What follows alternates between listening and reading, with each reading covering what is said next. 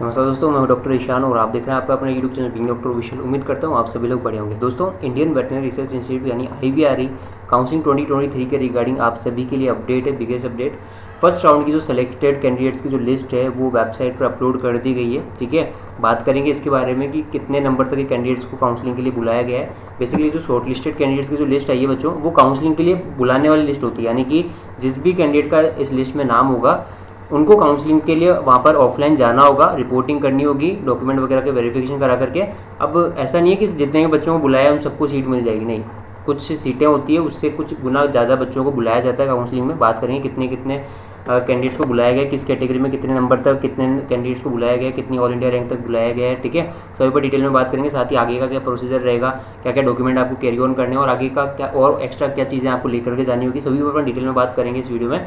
तो वीडियो को अच्छे से देखना, साथ ही अभी से लाइक कर दीजिए वीडियो को, कि हर एक चीज़ जो है आप सभी को जो है पता ही है कि आगे जो है मैं आपको बताऊंगा तो वो इम्पोर्टेंट तो होगी। साथ ही एक चीज़ और आपसे रिक्वेस्ट है कि आप में से काफ़ी सारे स्टूडेंट इस वीडियो को देख तो रहे हैं लेकिन चैनल को सब्सक्राइब नहीं किया, तो प्लीज़ आप सभी से रिक्वेस्ट है, थोड़ा सपोर्ट चाहिए आप सभी का कि आप चैनल को जरूर सब्सक्राइब कर लीजिए, क्योंकि इसी तरह की हेल्पफुल और इन्फॉर्मेटिव वीडियोस और आगे मैं बनाऊँ उसके लिए मुझे मोटिवेशन मिलता है। और साथ ही आप सभी देख सकते हैं कि जो है एक सिंगल चैनल है जहाँ पर आप सभी को वेटनरी, आयुर्वेदा, MBBS वीडियो सभी काउंसलिंग के हर एक अपडेट, हर एक इन्फॉर्मेशन मैं आपको देता आ रहा हूँ। तो इस चीज़ के लिए प्लीज़ थोड़ा सपोर्ट आप सभी का चाहिए, तो चैनल को जरूर सब्सक्राइब कर लीजिएगा, नोटिफिकेशन बेल को जरूर से ऑन कर लीजिए ताकि कोई भी अपडेट आपसे मिस ना हो। ठीक है, IVRE काउंसलिंग के भी सभी अपडेट इन्फॉर्मेशन इस चैनल के माध्यम से मैं आगे देता रहूँगा, पीछे भी दिए हैं। ठीक है, आगे भी देता रहूँगा। ठीक है, तो आप बस चैनल को सब्सक्राइब कर लीजिएगा। चलिए अब बढ़ते हैं वीडियो की तरफ, जान लेते हैं क्या है लिस्ट में। और सिलेक्शन लिस्ट आप सभी के सामने, ये जो लिस्ट है बच्चों ये मैं आप सभी को अपने Telegram channel being doctor official पर डाल दूंगा, वहाँ से भी आप चेक कर सकते हैं। अदरवाइज वेबसाइट पर तो अपलोड कर दी गई है, अभी कुछ देर पहले ही अपलोड की है, तो जैसे आई है मैंने आपके लिए वीडियो बना दी है। ठीक है, आप अब अपन इसमें बात करेंगे कि कट ऑफ क्या रहा है। ठीक है, यानी कि कितने नंबर तक कैंडिडेट्स को काउंसलिंग कॉल आया है। दूसरी चीज़, कितने कितने कैंडिडेट्स को किस कैटेगरी में कितने बच्चों को बुलाया गया है काउंसलिंग में, है ना, सभी पर मैं डिटेल में बात करेंगे। उससे पहले मैं आपको बता दूं, आप सबसे पहले तो लिस्ट पे आप देख सकते हैं candidate invited for first round of counselling on 4 सितंबर, यानी कि आपकी जो फर्स्ट राउंड की काउंसलिंग है 4 सितंबर को हो रही है। और कहाँ पर होगी, ये IVRE में जाकर ही आपको करानी होगी, यानी कि ऑफलाइन राउंड होता है। बेसिकली IVRE का ये रूल है कि पहले वो सेलेक्टेड कैंडिडेट्स का लिस्ट जारी करता है और उन कैंडिडेट्स को ऑफलाइन काउंसलिंग के लिए बुलाया जाता है और मौके पर ही उनको सीट अलॉट कर दी जाती है, यानी कि राउंड ऑफलाइन होता है। ठीक है, लिस्ट आ जाती है लेकिन राउंड ऑफलाइन ही होता है काउंसलिंग। ठीक है, तो ऑफलाइन राउंड होगा फर्स्ट राउंड, और यहाँ पर आपको शेड्यूल के अकॉर्डिंग 4 सितंबर को जाना होगा। टाइम वगैरह मैं आगे आपको बताऊंगा वीडियो में। पहले मैं आपको सीट्स के बारे में बता दूँ, आप सभी को बताया जो काउंसलिंग टोटल 50 सीट्स के लिए हो रही है। ठीक है, 50 सीट्स IVRE में, मैंने जैसा कि पहले भी बताया अपने वीडियोज़ में 50 सीट्स होती है। उसमें डिस्ट्रीब्यूशन ये रहता है कि 5 सीट जो होती है वो VCI काउंसलिंग के थ्रू फिल होती है, आप सभी को पता है, मैंने बताया था। और बाकी की जो रिमेनिंग जो 45 सीट्स है, एक सेकेंड मैंने गलत लिख दिया, बाकी की जो रिमेनिंग 45 सीट्स है बच्चों, ठीक है 45 सीट्स, वो आपके डिस्ट्रीब्यूशन इस तरह से रहता है कि जो 35 सीट्स होती है वो रेगुलर सीट होती है, यानी फ्री सीट, कम फीस वाली सीट होती है। बाकी की जो 10 सीट्स होती है उसका डिस्ट्रीब्यूशन इस तरह से होता है। 7 सीट जो होती है वो पेमेंट सीट होती है, P लिख रहा हूँ मैं पेमेंट से, और बाकी की जो 3 सीट्स है वो NRI सीट्स होती है। ठीक है, इसमें नंबर में 1-2 ऊपर नीचे हो सकता है, लेकिन जो ऑफिशियल इन्फॉर्मेशन बुकलेट है उसमें सीट का डिस्ट्रीब्यूशन इस तरह से दिखाया गया, तो मैंने आपको बता दिया। ठीक है, तो 7 पेमेंट सीट और 35 रेगुलर सीट, यानी कि टोटल अगर आपको बता दूं तो यहाँ पर 42 सीट्स के लिए जो है काउंसलिंग कॉल आया है। हर एक कैटेगरी वाइज इसका डिस्ट्रीब्यूशन हो जाएगा, यानी कि जितनी भी सीट ये है रेगुलर सीट 35 है उसका कैटेगरी वाइज डिस्ट्रीब्यूशन कर दिया जाएगा। ठीक है, यानी कि जितना % रिजर्वेशन जिस कैटेगरी में मिलता है उसके अकॉर्डिंग सीट का डिस्ट्रीब्यूशन हो जाएगा और वहाँ पर काउंसलिंग के लिए आपको सीट अलॉट कर दी जाएगी। ठीक है, तो इन सीटों के लिए यहाँ पर काउंसलिंग के लिए बुलाया गया है आप सभी को। अब ऐसा नहीं है कि जिस भी कैंडिडेट का इसमें नाम है तो सभी को सीट वहाँ पर मिल जाएगी, नहीं, वहाँ काउंसलिंग होगी, नंबर वाइज रोल नंबर, जो भी कैंडिडेट वहाँ पर प्रेजेंट होंगे उनको वहाँ पर बुलाया जाएगा।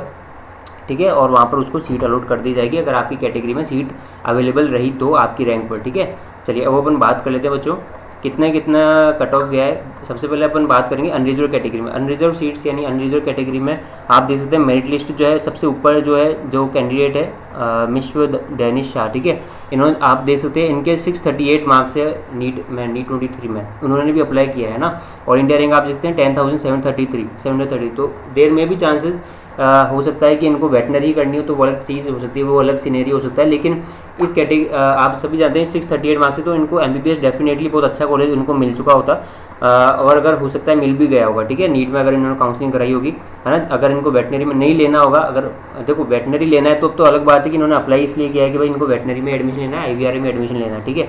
लेकिन इस मार्क्स पे आप सभी जानते हैं MBBS आराम से मिल जाता है, तो हो सकता है ये काउंसलिंग के लिए प्रेजेंट नहीं हो। तो इसी तरह से क्या है ना, काफ़ी सारे कैंडिडेट्स होंगे जिनका इसमें लिस्ट में नाम है, देर में भी चांसेस कि वो प्रेजेंट नहीं हो उस दिन काउंसलिंग में, है ना। कोई भी XYZ रीज़न हो सकता है। तो ऐसा इसलिए होता है, इसलिए इसी कारण से क्या है, ये कुछ क्या है, ज़्यादा नंबर ऑफ़ कैंडिडेट्स को बुलाते हैं, जितनी सीट होती है उससे कुछ गुना ज़्यादा बच्चों को बुलाते हैं, ताकि जो है वहाँ पर जितने भी बच्चे हों उनको सीट अलॉट कर दी जाए। चलिए अब अपन बात करते हैं कैटेगरी वाइज क्या क्या कट ऑफ रहा है, कितने कितने नंबर तक बच्चों को बुलाया, ठीक है। जो अनरिजर्व, मैं सबसे पहले मैं आपको बताना चाहूँगा, अनरिजर्व कैटेगरी के आप देख सकते हैं 588 मार्क्स तक के कैंडिडेट्स को यहाँ पर बुलाया है। 588 और ऑल इंडिया रैंक में अगर आपको बताऊँ तो 36,488 हो सकता है 588 में भी सबका नंबर नहीं आया हो। जिसकी ऑल इंडिया रैंक 36,488 है, वहाँ तक के कैंडिडेट्स को यहाँ पर कॉल आउट किया है। टोटल 40 कैंडिडेट्स को यहाँ पर जनरल कैटेगरी में, अनरिजर्व कैटेगरी में बुलाया गया है ना। तो यहाँ जितने भी जनरल कैटेगरी के कैंडिडेट्स हैं जिनका इस लिस्ट में नाम है, वो सभी लोगों को जाना होगा 4 सितंबर को काउंसलिंग के लिए ऑफलाइन राउंड में। अब अपन EWS की बात कर लेते हैं। EWS की क्या कट ऑफ रही है, EWS में आप देख सकते हैं 570 मार्क्स।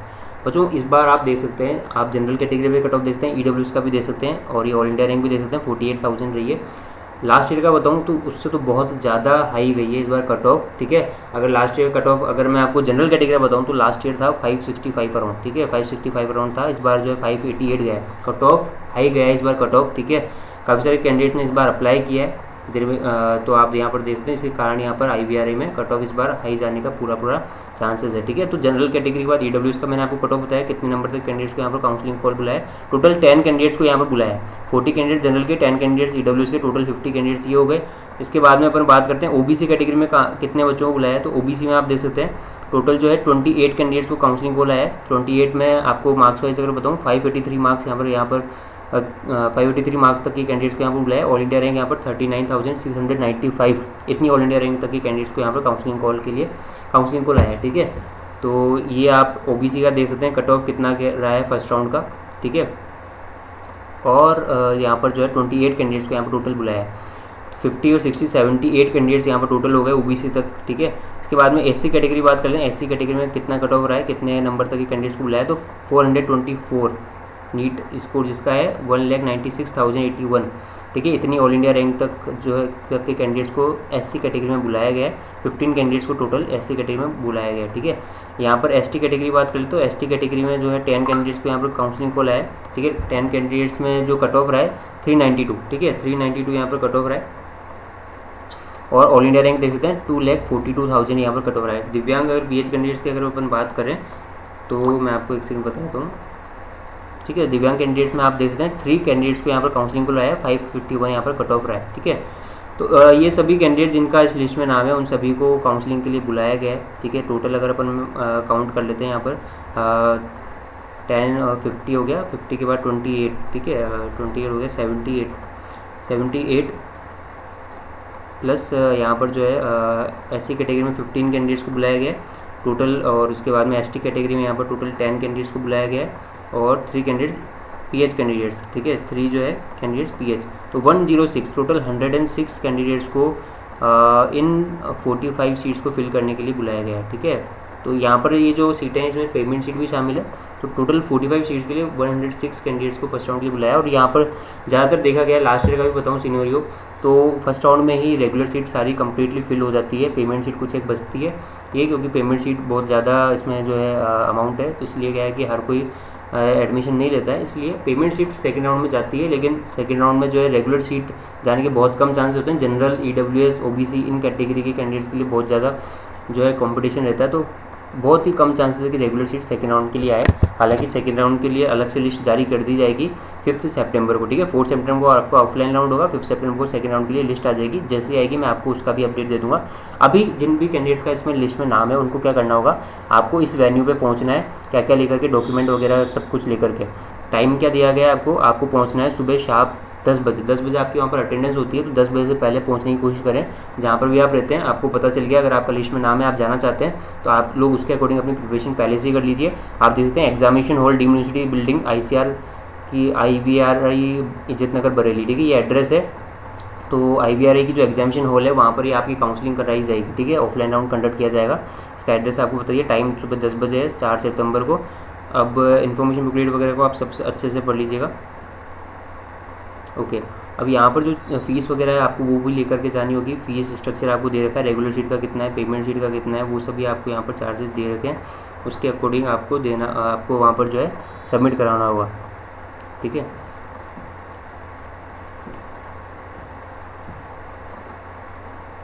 अब डॉक्यूमेंट कौन कौन से कैरी आपको करके जाना है तो वो भी आपको बताता हूँ। Copy of IVRI counselling registration, जो आपने रजिस्ट्रेशन करा होगा उसका एप्लीकेशन फॉर्म आपको लिख कर जाना होगा। Copy of application form, NEET UG का जो एप्लीकेशन फॉर्म है वो ले जाना होगा। एडमिट कार्ड नीट यूजी का, रैंक कार्ड नीट यूजी का, आधार कार्ड आपको ले जाना होगा। Aadhaar card, voter ID, ration card, इनमें से कोई भी आइडेंटिटी कार्ड आपको ले जाना होगा, ठीक है। जो भी आपने नीट में आपने सबमिट किया था एप्लीकेशन फॉर्म फिल करते वक्त, वो आपको ले जाना होगा ताकि आपके आइडेंटिफिकेशन मैच कर सकें वो लोग, ठीक है। यानी कि नीट में अगर आपने वोटर ID जमा कराया है, या फिर राशन कार्ड, या फिर आधार कार्ड, या फिर पैन कार्ड, या फिर जो भी आपने ID कार्ड जमा कराया था नीट एप्लीकेशन फॉर्म भरते वक्त, वही ID प्रूफ आपको यहाँ पर ले जाना होगा। डेट ऑफ बर्थ सर्टिफिकेट में 10th क्लास की मार्कशीट आपकी चल जाएगी। इसके अलावा सेकेंडरी स्कूल के एग्जामिनेशन सर्टिफिकेट, वही सेम चीज़ है, 10th की मार्कशीट एंड सर्टिफिकेट आपको ले जाना होगा। 12th की मार्कशीट एंड सर्टिफिकेट आपको ले जाना होगा, ठीक है। करेक्टर सर्टिफिकेट आपको जो भी लास्ट स्कूल या इंस्टीट्यूट से आपने पढ़ाई करी है वहाँ से आपको character certificate, migration certificate, gap affidavit, gap का एफिडेविट यहाँ पर दे रखा है नीचे इस लिस्ट में आपको मिल जाएगा, वो भी आपको बना करके ले जाना होगा। एंटी रैगिंग का जो एफिडेविट है वो भी आपको ले जाना होगा। और 6 पासपोर्ट साइज फोटोग्राफ आपको ले जानी होगी, जो कि आपने नीट UG 23 एप्लीकेशन फॉर्म में अपलोड की थी, वही सेम फोटोग्राफ होनी चाहिए, ठीक है। बाकी जो कैटेगरी वाइज जो सर्टिफिकेट आपके चाहिए, EWS, OBC, SC, ST, जो भी कैटेगरी, PH कैटेगरी से बिलोंग करते हैं, तो आप लोगों को उसके अकॉर्डिंग आपको डॉक्यूमेंट वगैरह ले जाने होंगे, अपने सर्टिफिकेट ले जाने होंगे, ठीक है। काउंसलिंग प्रोसीजर यहाँ पर आपको दे रखा है, जो भी आपका रहेगा वो आप पढ़ लीजिएगा। चेकलिस्ट आप एक बार देख लीजिएगा, सारे डॉक्यूमेंट वगैरह कौन कौन से हैं। जो ओरिजिनल है वो आपको ओरिजिनल ले जाने होंगे, जो फोटोकॉपी है एक बार आप इन सभी ओरिजिनल तो लेके जाने होगा, साथ ही एक जो 2 कॉपी सेल्फ अटेस्टेड फोटोकॉपी भी ले जानी होती है, वो भी आप इसका ध्यान रखें। तो इन डॉक्यूमेंट को ओरिजिनल भी और सेल्फ अटेस्टेड फोटोकॉपी ले जाएँ। इसके अलावा नीचे एनेक्सर दे रखे हैं, जिसमें आपको जो है कास्ट सर्टिफिकेट के फॉर्मेट दे रखे हैं, जैसे कि SC ST है ना, EWS का भी आपको मिल जाएगा, OBC का भी आपको मिल जाएगा, OBC का डिक्लेरेशन भी आपको मिल जाएगा, ठीक है। ये सभी आपको जो भी आपकी कैटेगरी के अकॉर्डिंग आपको लगते हैं वो आपको बना करके ले जाने होंगे, ठीक है। आपकी कैटेगरी के अकॉर्डिंग देख लीजिए कि आपकी कैटेगरी के अकॉर्डिंग कौन सा सर्टिफिकेट आपके लिए चाहिए रहेगा, ठीक है, तो आपको बनाना होगा, ठीक है। ये आपको मतलब कि ले जाना होगा बना करके, या बना हुआ होगा तो ऑलरेडी तो अच्छा है, वेल एंड गुड, ठीक है। EWS का भी यहाँ पर फॉर्मेट दे रखा है। अब जो मेन इंपॉर्टेंट चीज़ है वो है आपका सर्टिफिकेट ऑफ डॉक्यूमेंट, ये तो PH कैंडिडेट्स के लिए है, वो भी आप ध्यान रखें, PH कैंडिडेट्स। हाँ, गैप एफिडेविट है, जो कि आपको 100 रुपीज़ के स्टाम्प पर आपको बनवाना होगा, गैप एफिडेविट, ठीक है। इसका फॉर्मेट यहाँ पर से प्रिंट आउट निकलवा के, ठीक है, नोटरी से 100 रुपीज़ के स्टाम्प पर आपको बनवाना होगा, ठीक है। इसके अलावा जो है यहाँ पर फॉर्मेट ऑफ मेडिकल सर्टिफिकेट भी आपको ले जाना होगा। मेडिकल सर्टिफिकेट आपको फिल कराना होगा, किसी भी डॉक्टर से, हॉस्पिटल से आप बनवा सकते हैं, गवर्नमेंट हॉस्पिटल से। यहाँ पर गवर्नमेंट की यहाँ पर मैंडेटरी है, गवर्नमेंट से ही होना चाहिए, प्राइवेट नहीं चलेगा, ठीक है। तो यहाँ पर लिखा हुआ है, तो गवर्नमेंट से ही बनवाए, ठीक है, गवर्नमेंट हॉस्पिटल से। Affidavit by the student of non participating ragging, ragging का एफिडेविट है, इसको आपको 10 रुपीज़ के स्टाम्प पेपर पर बनवाना होगा, ठीक है, इसको भी ले जाना होगा। साथ ही जो अंडरटेकिंग है पेरेंट्स की, ठीक है, वो भी आपको ले जानी होगी, ये भी 10 रुपीज़ की स्टाम्प पेपर पर बनवाना होगा। और इसके अलावा बॉन्ड जो है, ठीक है, श्योरिटी बॉन्ड जो है वो 100 रुपीज़ के स्टाम्प पेपर आपको जमा कराना होगा। बॉन्ड यहाँ पर 50,000 रुपीज़ का है, IVRI में बॉन्ड है, तो इस चीज़ का ध्यान रखें। तो अगर आप डिग्री छोड़ते हैं या फिर बीच में कोर्स छोड़ते हैं तो आपको 50,000 रुपीज़ का बॉन्ड आपके ऊपर लागू होगा और आपको पे करना होगा अमाउंट, ठीक है। तो ये बॉन्ड भी आपको 100 रुपीज़ के स्टाम्प पेपर पर बनवा करके ले जाना है, ये सारे डॉक्यूमेंट। और इसके अलावा लास्ट में एक फॉर्म दे रखा है, ये फॉर्म भी आपको फिल करके ले जाना होगा। तो ये जो PDF है बच्चों, ये बहुत इंपॉर्टेंट है, इसको अच्छे से देखिएगा। इसमें जो जो भी डॉक्यूमेंट आपको लिखे गए हैं वो आपको ले जाने होंगे, और फीस वगैरह के साथ में आपको रिपोर्ट करना है जिन भी कैंडिडेट्स का इस लिस्ट में नाम है उनको, ठीक है। तो मैंने आपको कम्प्लीटली आई होप समझा दिया। फिर भी अगर आपका डाउट रह जाता है तो आप मुझसे पर्सनली जो है कमेंट सेक्शन में तो पूछ सकते हैं। पर्सनली आप मुझे इंस्टा आई पर भी मैसेज कर सकते हैं। इंस्टा आई मेरे यूट्यूब चैनल पे आपको मैंने शेयर कर दी है, वहाँ से आप मुझे डीएम भी कर सकते हैं, है ना। तो बस फिलहाल वीडियो में इतना ही। और अगर चैनल पर नए हैं, चैनल को सब्सक्राइब नहीं किया हुआ तो चैनल को जरूर सब्सक्राइब कर लीजिए, वीडियो पर से लाइक कीजिए, ठीक है। Thank you so much for watching. मिलते हैं नेक्स्ट वीडियो में नए अपडेट्स के साथ में। तब तक के लिए जय हिंद, टेक केयर।